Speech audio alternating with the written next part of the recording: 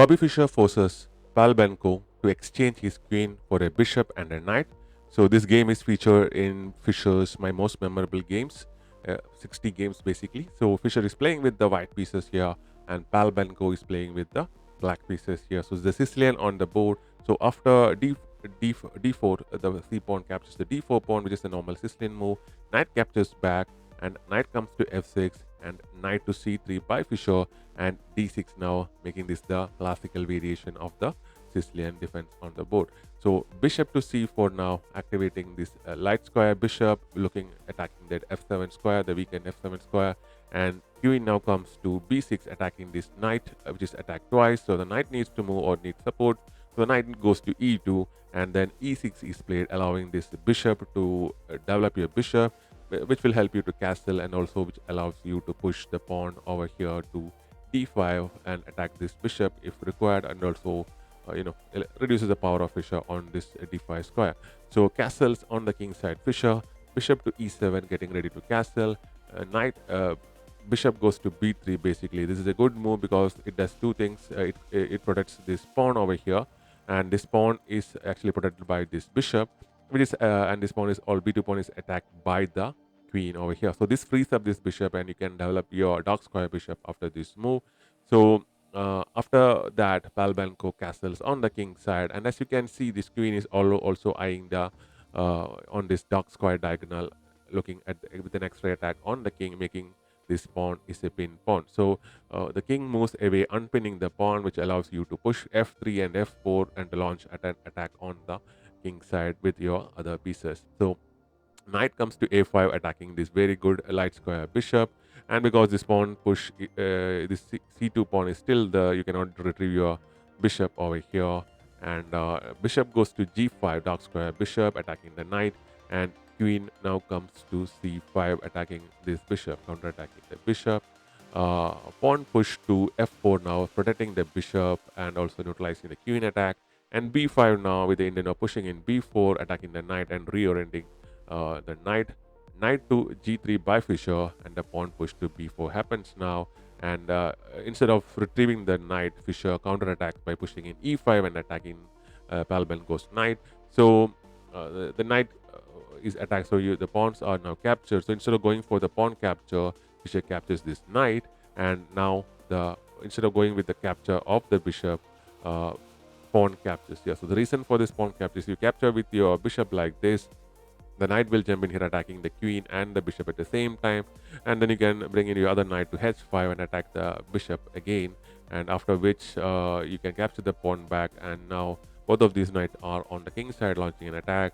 Both the rook and this light square bishop is already active if it's not getting exchanged, and this rook can get into action very soon as well. And whereas black's pieces are very less active right now, so it's not a good idea. But capturing with the pawn was an even bad idea. So because this allows the knight move anyways to e4, and the queen now comes to d4 here. A better move was to bring your queen over here to c7. The queen move basically was to intend for an exchange of the queen, because this Fischer's queen now can go to h5 over here and launch an attack on the king. And because this pawn wall here of black is actually preventing any of these pieces getting into the aid of the king that easily, so it will take at least 2 or 3 moves for one of the pieces to get to the queen. This rook and bishop and this knight cannot get anywhere, and only these pieces can get there. So instead of going for the queen exchange, queen to h5 by Fischer, and this pawn castle is a problem, and now this knight is captured. This is a mistake, because a better move was to capture this pawn with your e pawn, freeing up this pawn structure over here, and Fischer, instead of recapturing, places his queen to h6 over here. This allows two things, it creates a threat of checkmate, and once the knight jump here, the game will be over. So because of that, the pawn is captured, and the knight move happens to h5, and then the pawn push to f5 happens. This does two things. Now you cannot bring your queen over here, because this queen is guarding the square on g7, and this pawn is already attacking the knight. So the knight need to move, but instead of moving the knight, Fischer brings his rook to d1 and attack the queen. So this queen cannot capture the knight, because if the queen moves away from this dark square diagonal, then the game will be over by checkmate. So the queen can go only to e5 and to the other square. So for activity, the queen needs to be kept here over here at e5, and so The knight now, regardless, go to f6 with a check. The bishop captures the knight, and the knight captures back. And now, if you do not capture this knight, if you move the king, the game will be over in the next move. So basically, this queen is now forced to capture the knight. The queen captures back, and after which the knight goes to c5 over here. So earlier you captured this bishop, and this knight retreat without capturing. So one queen for two minor pieces is a very good trade for Fischer. But still, regarding points, he's just up by 1 point, 1 point over here. So queen now go to g5, but then that will change pretty soon.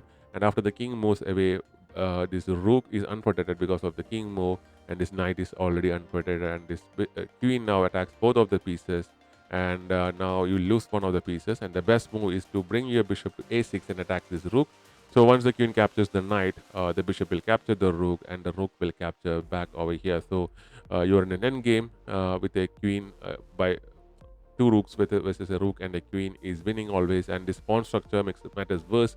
One of these pawns, probably both of these pawns will fall if you don't play this move, and this pawn is also under trouble. So if you can bring your queen over here with the check and everything, then the game will be get over pretty soon. And because of that, Pal Benko resigned as of this position. So just 27 moves in this game, and a great game by Fischer using his tactical abilities to finish the match off. So thanks very much for watching. We'll be back with more such videos.